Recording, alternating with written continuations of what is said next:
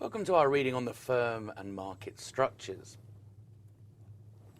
Now we start with an LOS that says describe the characteristics of market structures, and you'll notice we range from perfect competition through to monopoly. And in fact that's really what the rest of this reading is about, describing each one of these in turn. So you can really review this slide and think of it as a summary slide, a really good little revision tool to make sure you can describe all these features and you know why. So let's just quickly run through these, but we're going to see them in more detail later. So first of all, we look at the number of sellers, the number of firms. Notice in perfect competition we have many firms, through to monopoly where we have a single firm. We then have barriers to entry, very low for perfect competition, through to very high for monopoly. Now again, the significance of barriers to entry will be economic profit. If you generate economic profit in the short run, under perfect competition, that's going to increase. That's going to lead to an increase in the number of competitors, and therefore industry supply will increase, price will come down, and economic profits will be eroded. So think low barriers to entry, unsustainable economic profit, high barriers to entry, sustainable economic profit.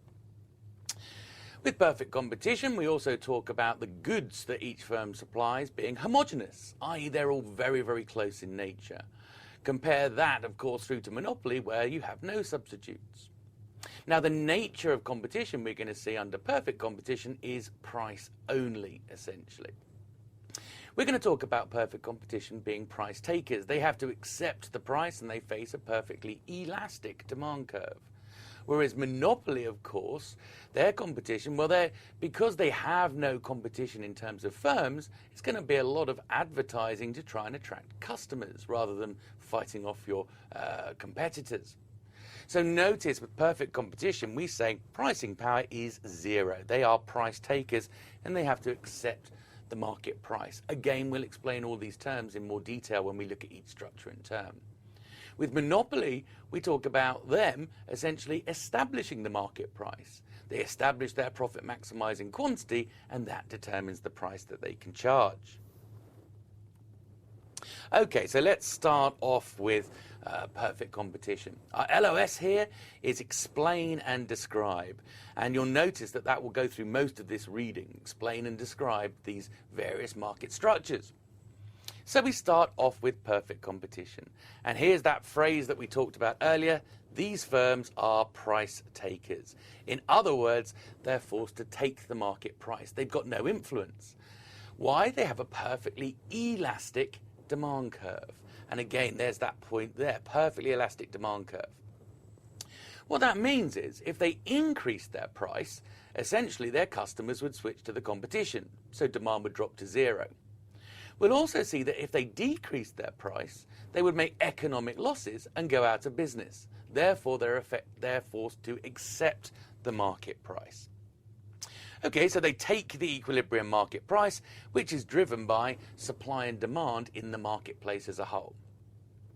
The characteristics, homogeneous product. In other words, our product is identical to our competitors. Again, that helps give us that elastic demand curve. When we start to find differentiated products, the demand curve starts to slope downwards.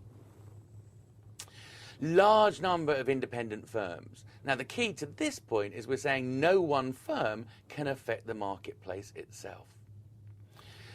Perfectly elastic demand curve, as we said, with homogeneous product and a large number of sellers, we get this perfectly elastic demand curve, perfectly horizontal if you like, and therefore if a firm increases price, they have no demand at all as customers switch to their competitors, decrease in price, they go out of business. Now notice no barriers to entry or exit. Key point with this, therefore, is if economic profit is generated in the short run, you'll attract competition, that competition will increase industry supply, and in the long run, the economic profit will be eroded, and we'll see that graphically in just a while.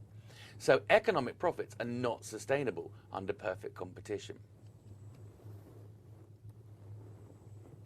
So let's have a look at the short run for perfect competition. Remember, we said it is possible to make an economic profit in the short run. Now our firm is going to price where marginal revenue equals marginal cost.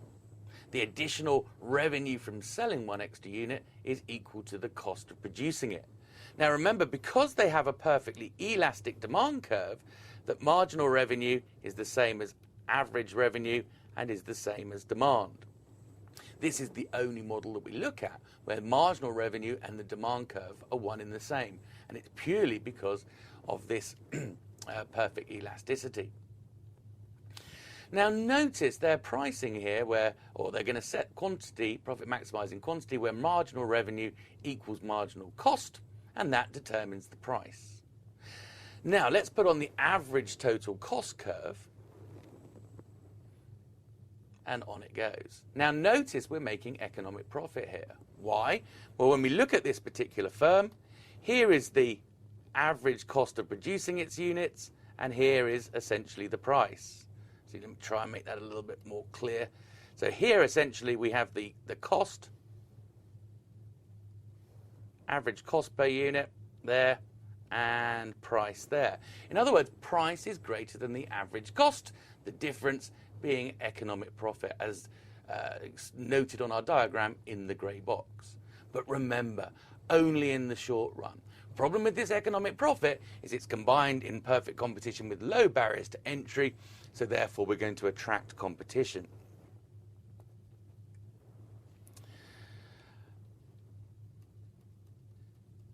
Let me just clear that writing.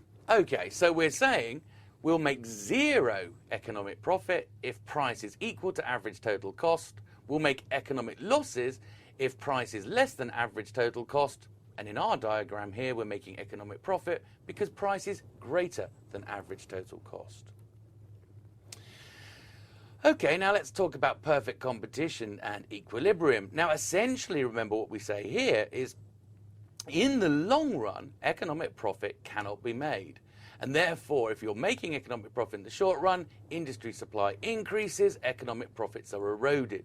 So notice our firm in the long run, notice at this point here where they're taking the market price, notice again the profit maximizing quantity will always be marginal cost is equal to marginal revenue. That sets price, but also notice that the average total cost curve goes through this point. In other words, we're saying in this diagram that price equals average total cost at our red dot there. In other words, no economic profit can be made in the long run. Now, we're also asked to be aware of the firm versus industry short-run supply curves, and we're looking at the firm first of all. Now, if you remember back in a previous reading, we talked about the the firm supply curve as being its marginal cost curve above average variable cost. Now, essentially, if price is below average variable cost, it makes sense to shut down and avoid your variable costs. Remember, fixed costs are unavoidable in the short run, but you can avoid average variable costs. So anywhere between our original red dot and P1, price is insufficient to cover fixed and variable costs. Because we can avoid the variable cost, we'll shut down. Now, between P1 and P2, notice price is above average variable cost, so we're covering our variable costs now, but not covering our fixed costs. Now, we talk about, once price is above average variable cost, we talk about the firm having positive contribution. It's beginning to pay off some of its fixed costs. So whilst it isn't profitable, it still makes sense to produce in the short run. So notice, therefore, that the industry or the market supply curve starts to occur above P1 as firms now start to produce, even though they're not profitable. Now, of course, once we go above P2, the firm is now covering both its variable and its fixed costs, and of course making profit.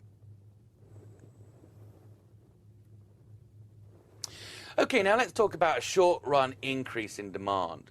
Now remember, with perfect competition, we're going to start off at a point where no economic profit is being made, i.e. price is equal to average total cost. Okay, and remember, the price in the marketplace is set by the industry's or the market's supply and demand curve, and that establishes the firm's price. We are price takers, remember. So demand is going to shift up for whatever reason in this industry. So up goes demand, and notice when that happens, price increases. Now, if we were making zero economic profit at P1, if the price goes to P2, we should make economic profit. Price should now be greater than average total cost. Now, of course, if price is greater than average total cost, in the long run, we will attract new competitors. Okay, now, of course, if we're attracting competitors, then industry supply will increase until the price falls back to P1 and economic profits are eroded. Notice, of course, if we're making economic losses in the short run because price is below average total cost, then firms will exit the industry, and in this case, supply would contract, forcing the price back to P1. Okay, so let's have a look at the effects of a permanent increase in demand. So we're going to look at short run, the economic profit being created, and long run, it being eroded. So notice we're starting off in a point where essentially price equals average total cost. There are no economic profits for the firm. Let's shift our industry demand. So up it goes. The price now moves up, and you'll notice at this new level of quantity, you'll notice essentially that the price now is above average total cost. Here's our price, and here's our average total cost. So price is clearly above the average total cost. So economic profits are going to be made. There's our average total cost and price, and those are our economic profits. Now we know that those economic profits will attract competition. And as the competitors start to produce, industry supply will increase. So next, we're going to shift out our industry supply. And when that happens, industry price falls until eventually the economic profits are eliminated. So notice industry price then falls as supply goes up. Price comes back down for the firm, eliminating the economic profits. Oh, we've got a little example. Let's have a look at this. Cost and output problem. For Acme Corporation, it's a price taker, i.e. perfect competition. The market price of their product permanently falls below average total cost, but is above average variable cost and marginal cost. In the short run and the long run, what would happen? Now, key, of course, is to look at the price compared to the costs, the average variable and the average total. Remember, price below average variable cost, shut down. Price above average variable cost, operate in the short run, but you would go bankrupt in the long run because you need to cover all costs in the long run. Price above average total cost, which is fixed and variable, and of course you're making profits. So we're told that it's below average total cost, but above average variable cost. So we will operate in the short run, but in the long run, we would go out of business because we don't cover all of our costs. So the answer should be C. Right, let's turn our attention to monopolistic competition. Okay, now what we're saying is we've still got a large number of firms here, each with a small market share. Yes, they're going to be concerned about average price. Collusion between them is not possible. Okay, so they're all acting independently. They're not coming together to set industry quantity and industry price. Now, the second bullet point here is key. These firms produce differentiated products. So they're close to the competitors, but not perfect substitutes. Now, what that means is they're going to have an elastic demand curve, but unlike perfect competition, it's not going to be perfectly elastic. So it will be downward sloping to some extent. Now, as soon as we get downward sloping demand curves, marginal revenue now is no longer the same as the demand curve. Okay, so these firms are going to be competing on price, quantity, and marketing. Notice we still have low barriers to entry, and immediately when I see that, I think, oh, okay, if economic profits are going to be generated, that's going to attract competition, and that will erode those economic profits in the long run. So let's have a little bit of a look at this. Again, the key will be economic profits are possible in the short run, but not the long run. Now, profit maximization for the firm is going to be the same as before, where marginal revenue equals marginal cost, where the additional revenue from selling one extra unit equals the cost to produce it. So that's going to establish profit maximizing quantity, where MR equals MC. There's MR, there's MC.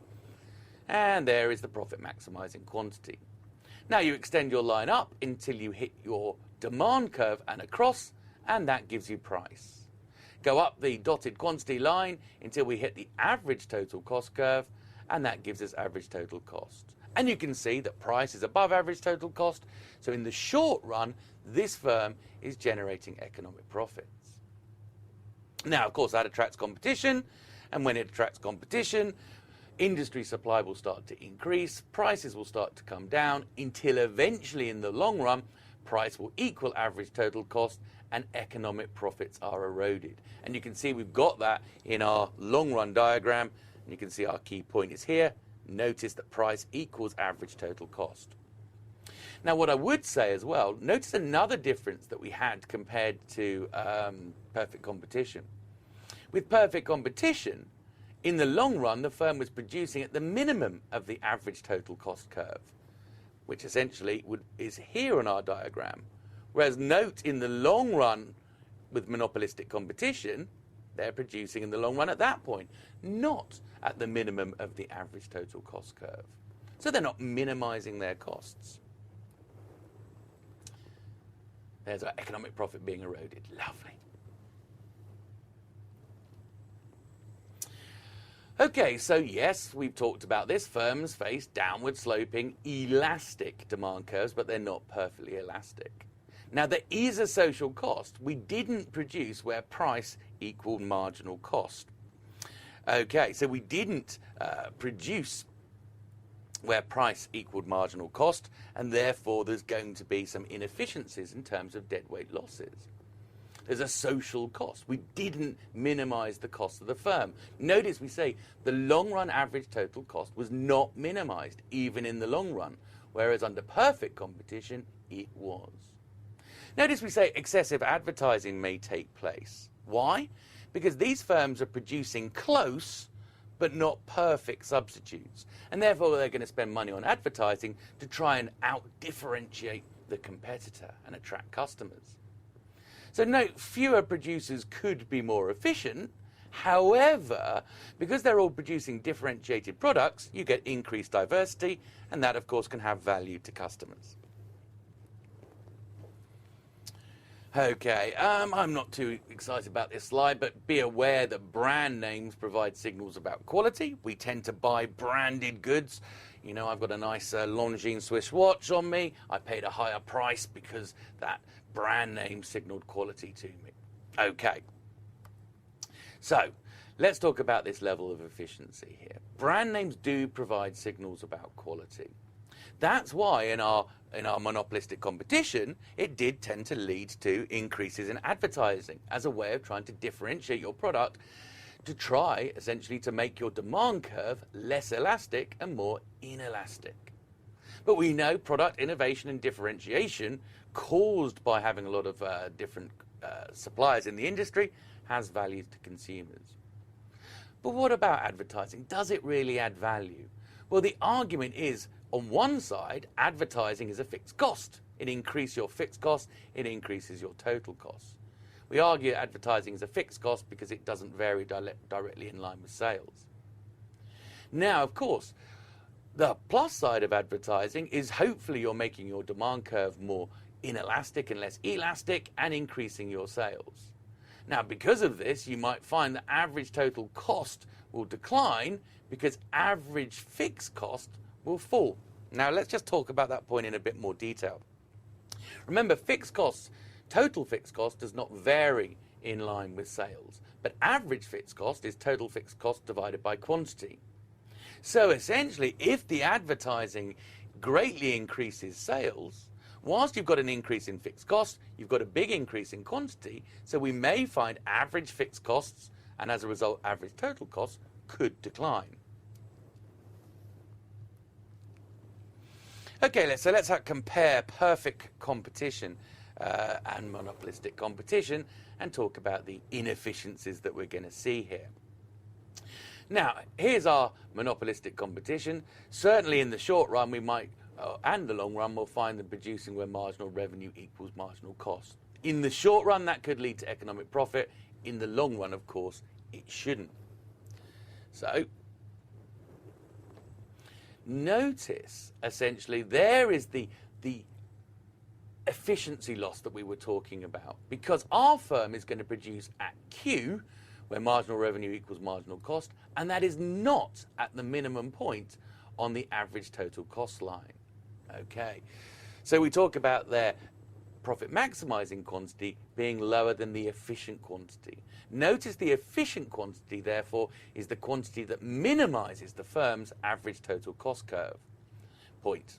Okay, now, if it minimizes average total cost, it will always be at the point where marginal cost hits the average total cost curve. Remember, we said if marginal cost is below average total cost, producing more reduces the average. Marginal cost is above average total cost, producing more increases the average.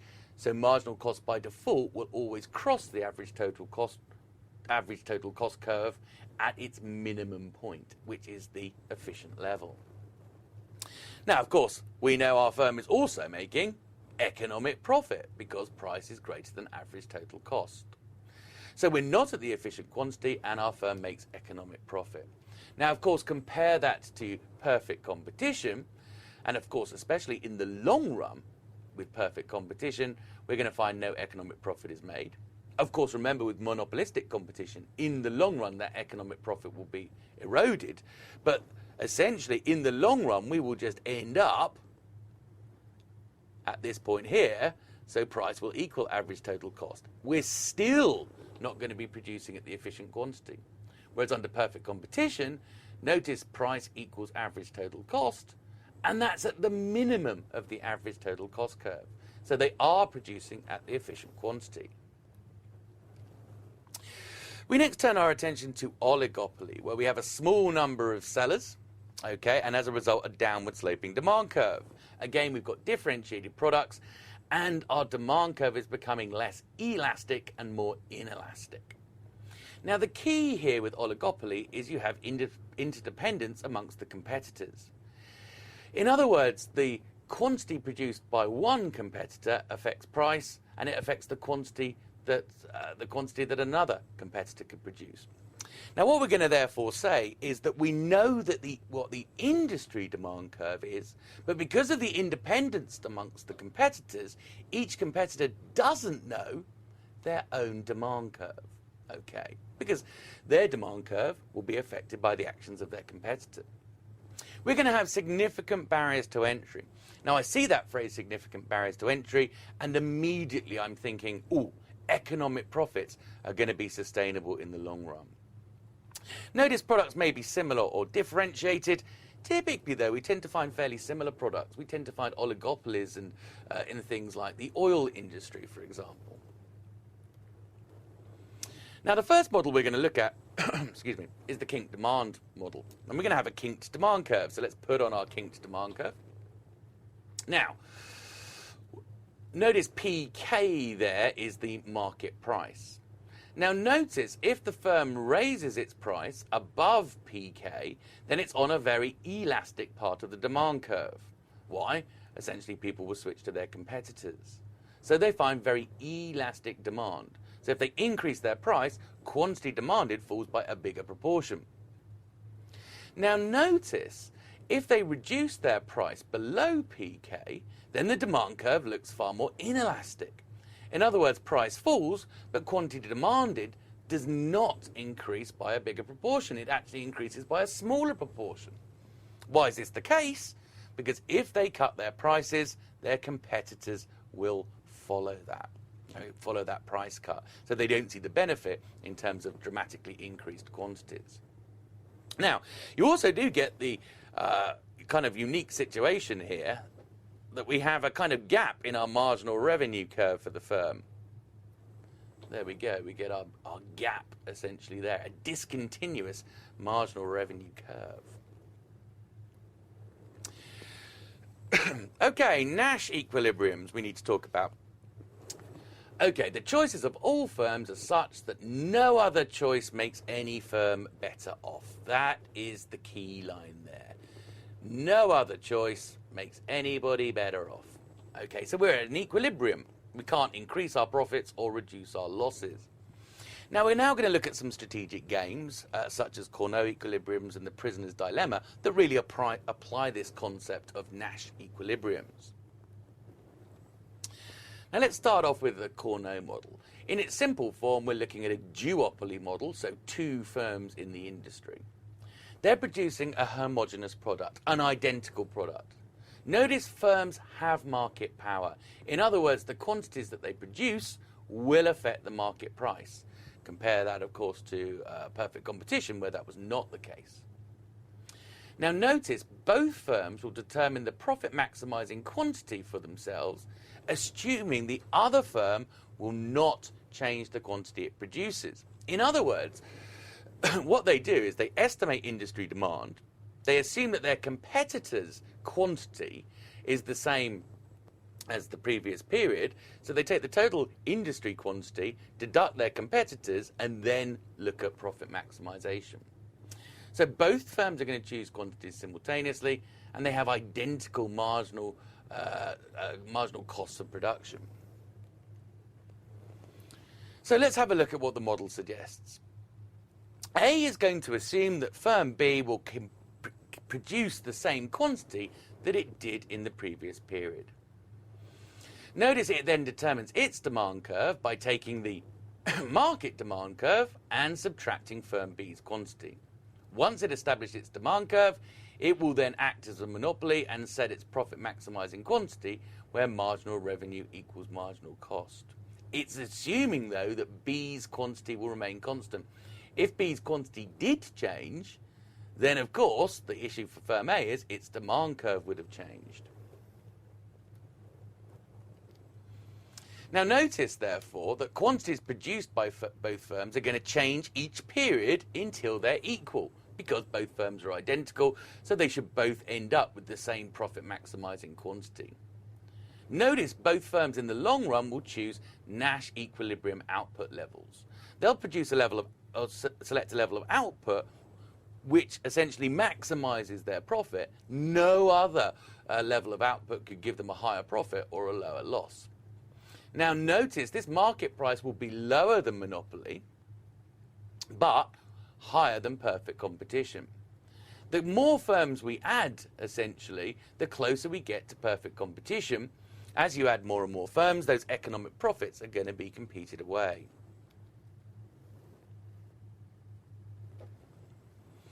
Now let's have a look at oligopoly profits with collusion. Now, with collusion, what's going to happen is the players, the firms within the industry, are going to get together. They're going to establish the industry demand curve, the industry cost curve and marginal revenue curve, and from that, they're going to establish what is the profit maximizing level of production for the entire industry. What the players then do, of course, the firms then do, is they take that industry level of quantity and divide it up amongst them. So let's have a look at how it's going to play out. Marginal revenue, marginal cost for the industry, that determines industry quantity and price. Now, once the firms have got that, of course, what they're then going to do is divide that quantity up amongst them. We'll assume, two firms with an equal split here. So each firm produces half of the industry quantity. And notice that gives the firm its quantity. Draw up that quantity line until you hit average total cost, and continue extending until you hit, of course, price. And you can see we've got economic profit. In other words, we establish the industry quantity that maximizes economic profits for the industry, and we then divide that up. All the oligopolists are going to make economic profit in collusion, providing they don't cheat on the agreement, and that's going to come up next. Now look at perfect competition. We know we would have a lower price and a higher quantity. So the key here, of course, is economic profits would be eroded under perfect competition. Economic profits are sustainable in the long run under oligopoly. So under oligopoly, we have a higher industry price and a lower industry quantity than we would do under perfect competition. Now that takes us rather nicely to the prisoner's dilemma, which is really just a Nash equilibrium. Now, we've seen that oligopoly firms can generate greater profit if they collude, establish the industry profit maximising quantity that maximises economic profit in the industry, and then divide it amongst them. However, game theory suggests that if competitors cannot detect cheating, and that's the key point, they cannot detect cheating, okay, so that's very critical, they will choose to violate the collusion agreement. In other words, they will increase their quantities slightly to sell more and make a bigger economic profit for them. The key, though, is if they increase their quantities, whilst they make a bigger economic profit, industry economic profit is eroded, and therefore their competitors are losing out. Okay, so let's have a look at the prisoner's dilemma. So you can see we've got two prisoners sitting in jail, both kept apart from one another. Prisoner A and prisoner B. Now, they've got a choice to confess or remain silent. Now, notice, if they both remain silent, they both get a 6 months jail term. If they both confess, they both get 2 years. However, if one confesses and one doesn't, the one that confesses goes free, the one that doesn't gets a 10-year jail sentence. Now, very critical here, you do not know what the actions of the other party are going to be. So let's say you're prisoner A, you're sitting in jail. You don't know whether the other party is going to confess or not. Now, what that means is our optimal decision becomes to confess ourselves if we don't know what our competitor is going to do. Why? Well, let's say prisoner B did remain silent. Well, if we confess, we will go free. Fantastic. So it's better. Now, of course, if prisoner B had sorry, let me start that again. So we're saying if prisoner B is silent and we confess, we go free. That's a better outcome. Now, if prisoner B had confessed, but we remain silent, i.e. we stuck with the agreement, note that we get 10 years. And we're never going to want that, of course. So what do we end up doing? We end up going for the decision to essentially confess as well. And we both get 2 years. 2 years, of course, is better than 10 years. So notice, no matter what the situation is with my buddy who's in jail, my optimal decision will be to confess, will be to break the agreement. Now look, this is going to be the same when we apply it to industries now. Remember, the key point is you cannot detect what the other firm is doing here. Now notice, if both firms honour the collusion agreement, they both generate economic profit. But if you don't know whether the other party will stick to the agreement or not, notice that firm A's optimal decision will be to cheat. Because if firm B honours and they cheat, notice they get an increased economic profit. Now remember, the industry economic profit is being reduced though, so it's going to come at the expense of B making an economic loss. Notice, again, if firm B cheats, then again, firm A's optimal decision will be to cheat too, because that way you get 0 economic profit. If firm B cheats and you don't, you get economic loss. So firm A and firm B will always have an incentive to cheat.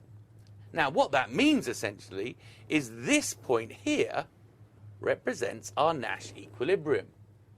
If you can't detect people cheating on a collusion agreement, both people will cheat. That will increase quantity, and as quantity increases in the industry, down comes economic profits until essentially they are completely eroded. Okay, so let's just make that point one more time to make sure we're very clear. Okay, so we've got firm A honouring and firm B honouring. They both make economic profits of 225. Notice, if firm A then decides to cheat, it makes an economic profit, and firm B's economic profits are reduced. Now, of course, once firm B recognises its economic profits have been reduced, it will then retaliate and essentially cheat on the agreement and expand its quantity, until we end up at this situation. where both firms make economic profit of 150. Notice what's happened here is economic profits have actually been reduced in the marketplace. If they both honoured the agreement, we would have had 450 of profit. Because they both broken the agreement, it's only 300. But it's a Nash equilibrium because now neither party can make any other move that could boost its profit. And notice it's exactly the same for firm B. If firm B cheats, then firm A will retaliate. So we end up at a Nash equilibrium. So in other words, there's always incentives for collusion agreements to be broken, especially if you can't detect who's cheating. So that certainly means that collusion will be more successful with fewer firms, less people to break the agreement, homogeneous products, they're identical products, customers can switch between the two products, companies' products easily, similar cost structures, and I think the key one here, certain and severe retaliation. There's got to be some penalty to you breaking the agreement. And then finally, little competition from firms outside the agreement. Well, of course, it's not going to work if other firms can enter. There's low barriers to entry, and they can enter and change the industry quantity. Remember, this is all about establishing the industry quantity and then dividing it up between the firms within the industry. Let's do dominant firm oligopoly here. You have one dominant firm who has the lowest costs, probably due to size and economies of scale. They're going to produce most of the output. Now notice we've got the market demand curve on here for the industry. What we're now going to do is put the dominant firm's demand curve on there and its marginal revenue curve. Now notice essentially that when prices are low, when prices are high and quantities are low, I wanted to do that in a highlighted colour, there's a fair difference between the dominant firm's demand curve and the market demand curve. Notice when prices are much lower, the difference is much smaller. In other words, the market demand curve is very similar to the dominant firm's demand curve. Why? Because when prices are lower, a lot of the competitors are going to go out of business. Remember, our dominant firm has the lowest cost. Okay, let's remove those highlighted bits. Okay, so the next thing we need to do is put on the marginal cost curve of the dominant firm, and that will establish how much they're going to produce and the market price. Now, essentially, because of all the other firms are higher cost producers, they're going to have to accept this price. So let's put on their marginal cost curves, and again, where it crosses, essentially gives the quantity that the competitor firms are going to be able to produce. Okay, so essentially the dominant firm establishes its quantity and therefore market price. The competitive firms essentially are forced to accept that price, which will then determine their quantity where price intersects their marginal cost curve. Right, let's turn our attention now to monopoly, the most extreme. Now, with monopoly, of course, we're talking about a single producer here. And we're talking about, therefore, very high barriers to entry. And I see high barriers to entry, and immediately I'm thinking, sustainable economic profits, just like we had potentially with our oligopolies and duopolies. So what kind of barriers to entry are we looking for? Economies of scale are a classic one. Typically in industries with very, very, very high level of fixed costs. It's going to make it very difficult for new firms to set up because they have to incur all of that cost before they've established customers, essentially. We often refer to those as natural monopolies, industries with very high fixed costs, such as utility companies, for example. They may have higher barriers to entry because they have a patent or a legal agreement that prevents other firms copying their products. Or, of course, resource control. Now, with resource control, all we're simply saying is they control the factors of production, making it very difficult for somebody else to set up. Now, a single price monopolist, which we're going to start off with, which means they just sell at a single price, rather than using different prices for different customers, which we're going to talk about later, price discrimination. They face a downward sloping demand curve. And typically it's going to be relatively inelastic rather than elastic. Because they face a downward sloping demand curve, it means the only way you can increase quantity is to reduce price.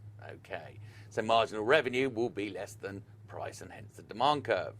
Okay, so we're going to look at two strategies, single pricing first of all, and then price discrimination. Now notice, first of all, when we look at this, the diagram looks remarkably similar to monopolistic competition. Yeah, I would expect the demand curve to be slightly more vertical than maybe monopolistic competition because it's less elastic. But apart from that, the diagram looks very similar.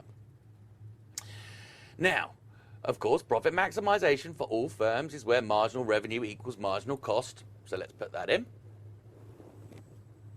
And, of course, extend the line up until it hits price to get our total revenue. Extend up from quantity until it hits average total cost to get total cost.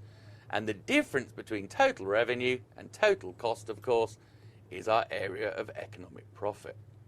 Now, the critical point to note with monopoly is because of the very high barriers to entry, that economic profit can be generated in both the short run and the long run. Compare that to monopolistic competition, where because of the low barriers to entry, you could generate an economic profit in the short run, but that would increase competition, increase industry supply, and force prices down in the long run. Okay, so this is single price, single pricing. Then let's talk about price discrimination. Now let's talk about what it is first of all. Price discrimination means selling your goods, identical goods, at different prices to different customers. In other words, what we're going to try and do is divide the marketplace up into customers with different demand elasticities. To the customers that are relatively inelastic in their demand, we're going to charge a higher price, and to customers that are more elastic in their demand, we're going to charge a lower price. By doing that, what we're going to be able to see is that we're going to be able to increase the firm's essentially economic profits. The firm will be more profitable. Why? Because it's charging prices for customers that are equal to their marginal benefit. By doing that, what the firm is actually doing is it's taking consumer surplus and converting it to producer surplus. Okay, now of course, let's start off without our price discrimination. So they're going to price where marginal revenue equals marginal cost, and that gives you the price of 70 in our particular diagram. Okay, fair enough. Now, actually, let's just see. Do my lines animate? Yes, they do, sorry. So notice, without price discrimination, they've got a cost of 70 and a price of 100. Marginal revenue equals marginal cost. That gives you profit maximizing quantity of 80. Extend the line up until you hit the demand curve to get price, 100 in this case. Where you hit your average total cost curve, go along to get total cost, 70. Okay, and you can see, therefore, that we're making $30 of economic profit per unit. 80 units, 30 times 80, a profit of 2,400. Now, with price discrimination, we're going to charge a higher price to people that have more inelastic demand. Okay, so different prices to different customers. Now, you probably experience this on maybe on a daily basis yourself. With commuting, I commute in London, and you'll find that the price of a London Underground ticket is more expensive during the rush hour. So during 7 till 9:30, I think it is in the morning, the price is much more expensive. Why?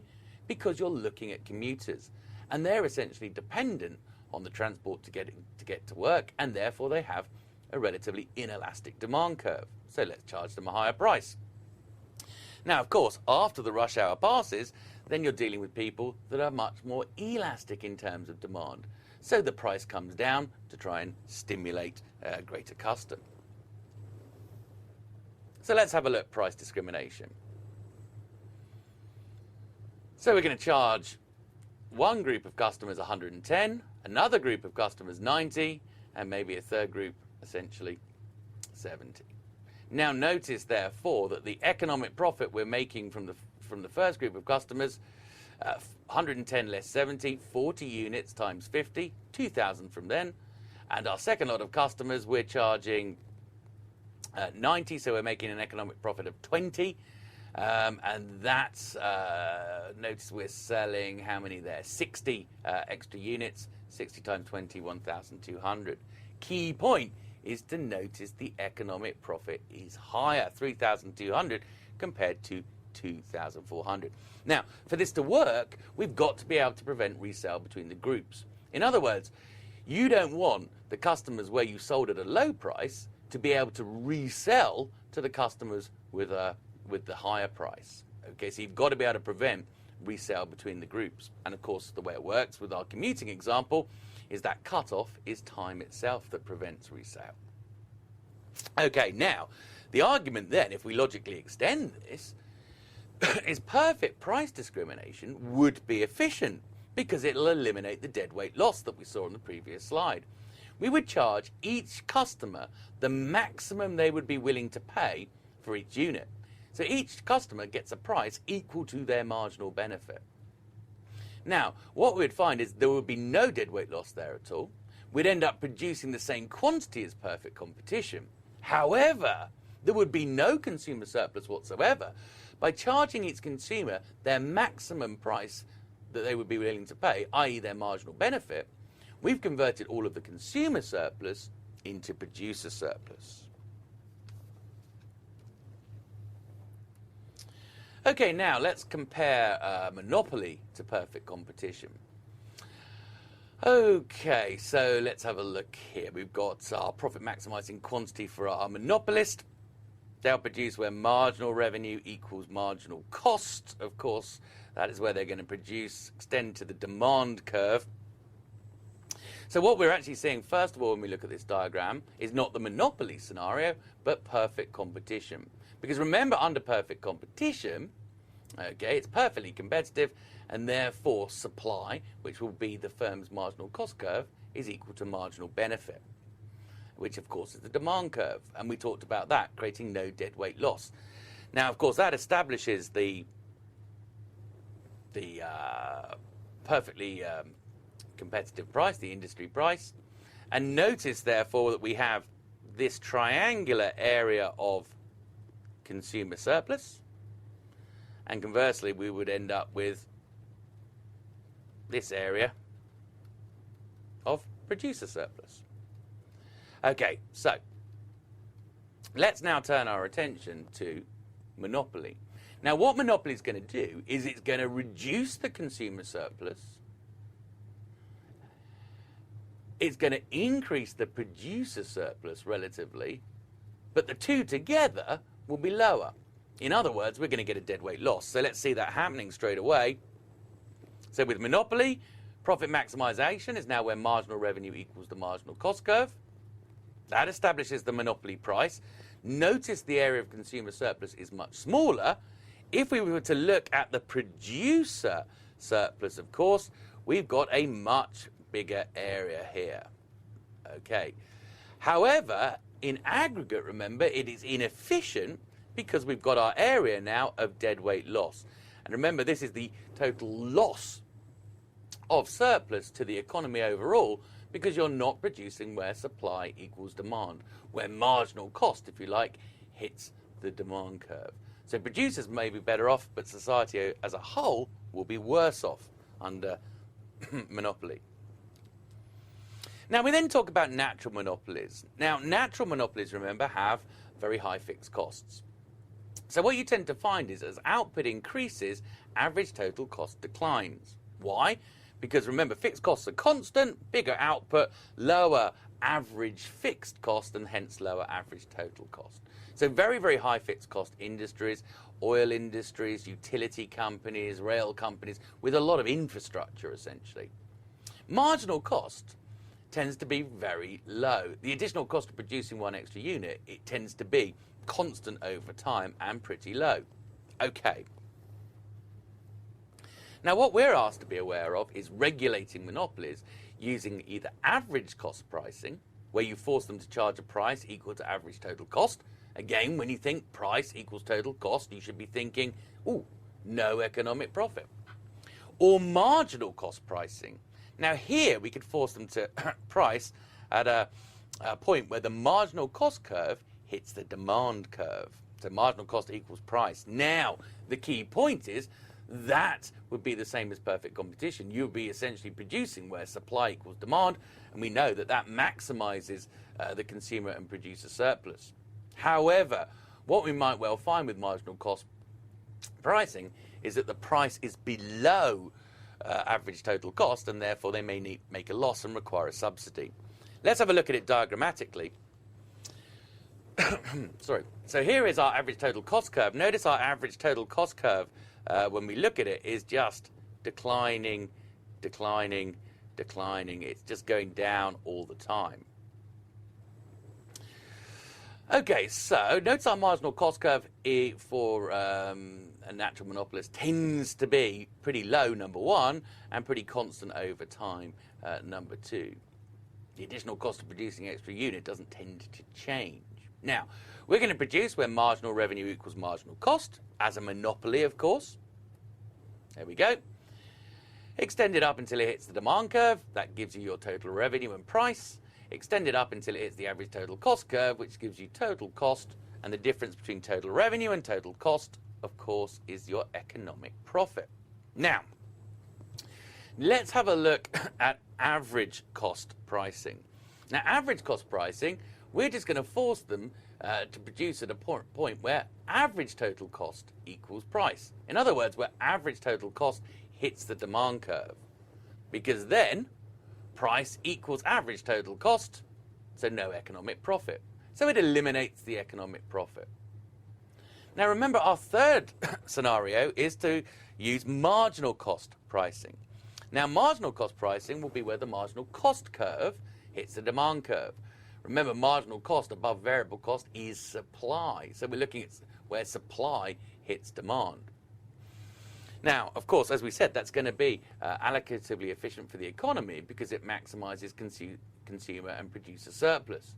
But look at what the issue would be for our firm. So there we are. Notice now price is below average total cost, so they've got an economic loss. And of course that means they're going to go out of business unless they get a subsidy from the government. So let's finish this little bit by looking at a problem. What will be the effect on output and economic efficiency if a monopolist is able to employ price discrimination instead of charging a single price? Okay, now, of course, they are going to increase their output, we'll notice, and increase economic efficiency as it reduces the deadweight loss. Remember what we said, perfect price discrimination would have no deadweight loss whatsoever. Little bit we are asked here with a new LOS to describe the firm's supply function. Well, with perfect competition, we've talked about this already. We've said it is the marginal cost curve above average variable cost. Remember, below average variable cost, they just shut down. And of course, market supply is just the sum of the individual market participants' supply curves. Notice with monopolistic competition, oligopoly and monopoly, it's not so easy to define your supply function, because supply is no longer a function of price. Supply, of course, is now driven by marginal revenue equal marginal cost, giving you the profit maximizing quantity. That then is extended up to hit your demand curve that then gives price. In other words, supply is no longer a function of price. Price is now determined by marginal revenue and marginal cost. That determines price, which then, of course, determines quantity, determines supply, which then determines price. So in other words, in perfect competition, you've essentially got price determining quantity, whereas in monopolistic competition, oligopoly and monopoly, you've got quantity determining price. Pricing strategies with perfect competition. Remember, you are a price taker. You have to accept the market price, charge a higher price, you get no customers at all and go out of business. Charge a lower price, you make economic losses and go out of business. Remember, with monopoly and monopolistic competition, we establish the profit maximizing quantity where marginal revenues equal marginal cost. That determines quantity. That then determines price by extending up, of course, to the demand curve. Now, oligopoly, of course, now our pricing strategy depends on how others are expected to react. And we saw the kinked demand curve, where we said if we increased our price, we end up very elastic. We decrease our price, we end up very inelastic because everybody copies. Dominant firm, where one firm establishes market price, and because they're the lowest cost producer, everybody has to follow. Game theory that suggested any collusion would break down, and as a result, economic profits would be eroded until price equaled average total cost and economic profit was nothing. And collusion that essentially suggested that if we could collude and didn't break the agreement, then essentially we would price where marginal revenue equaled marginal cost for the industry, which would establish economic profit and, of course, the industry price. We're going towards the end of this reading, and we now need to describe market structure. Now, of course, price elasticity of demand is a good clue. Monopolies are getting closer to inelastic demand, and of course, perfect competition is very close to being perfectly elastic. Okay, so you could look at elasticity of demand. You notice analysts must estimate both demand and supply functions. So we could estimate price elasticity, and remember we computed it in an earlier reading. We could, of course, use a multiple regression where we argue that the quantity demanded is a function of price, incomes, prices of competitor goods, etc. We would need a large number of observations collected over time in order to do this regression, time series analysis. And the problem is when you collect data over time, that data may capture trends that no longer exist. In other words, the coefficients that you calculate, your slope coefficients, may have changed because the future may not replicate the past. And we call that coefficient instability. We could attempt to do regression analysis cross-sectionally, remember, which means looking at a lot of firms at the same point in time. Okay. Of course, again, lots of data being collected here. And of course, using slightly different measures of your independent variables gives you very dramatically differing results. So regression analysis is a possibility to identify market structure. N-firm concentration ratio. All we're going to do is look at the combined market share of the N largest firms. And now you can see your advantage here is, yeah, well, it's easy. Just add up the market share of the N largest firms, assuming you know what their market share is. Well, notice we're going to calculate their market share as their sales divided over the total market sales. Now, an N-firm ratio that's very, very small means we must be very close to perfect competition. Of course, an N-firm that's 100% would represent a monopoly. So basic idea here is lower ratios are more competitive, higher ratios are closer to monopoly and oligopoly. Major disadvantages, it ignores barriers to entry. In other words, I don't care if I have a monopoly if there are low barriers to entry. Why? Because then if that monopoly generated economic profit, it would attract competitors that would erode those economic profits down over time. Okay, so it's only an issue if you have one player in the industry if you have high barriers to entry. And of course, these barriers to entry are ignored by this ratio. Secondly, it's largely unaffected by mergers. Now, in other words, if the two biggest producers in your marketplace merge together, it would have a very small impact on the N-firm ratio. Now, one way of getting around the merger issue is to calculate not N-firm, but something called the Herfindahl-Hirschman index. And again, I would stress it, it's important to be able to interpret Herfindahl-Hirschman, so these numbers are going to be important. What you do is you square the market share of the N largest firms, or all the firms if you could get hold of that data. So you're going to take their market share as a decimal, square it, and then sum it together. Now, what you get is a very low Herfindahl-Hirschman with perfect competition. Okay, so we'd expect something below 0.1. A result of 0.1 to 0.18, we're talking about moderate competition, and above 0.18, it's an uncompetitive market. Notice, of course, by definition, if you were looking at a monopoly with one firm, it would have a market share of 100%, i.e. 1, square 1, you end up with 1. So 1 would be the result from monopoly. Okay, now, significance. It's going to be a lot more sensitive to mergers than the N-firm ratio because we're squaring these amounts. It is used by regulators. In particular, it's enshrined in antitrust regulation in the US, i.e. competition regulation in the US. Still, however, ignores barriers to entry. And of course, we haven't thought about demand elasticity either. So again, is it a problem if you have an uncompetitive industry if they have an elastic demand curve? Probably not. Our issues are when you've got an uncompetitive industry and less elastic demand, because of course then we're going to start to see economic profits being generated. Right, okay, let's finish our reading off with a little question.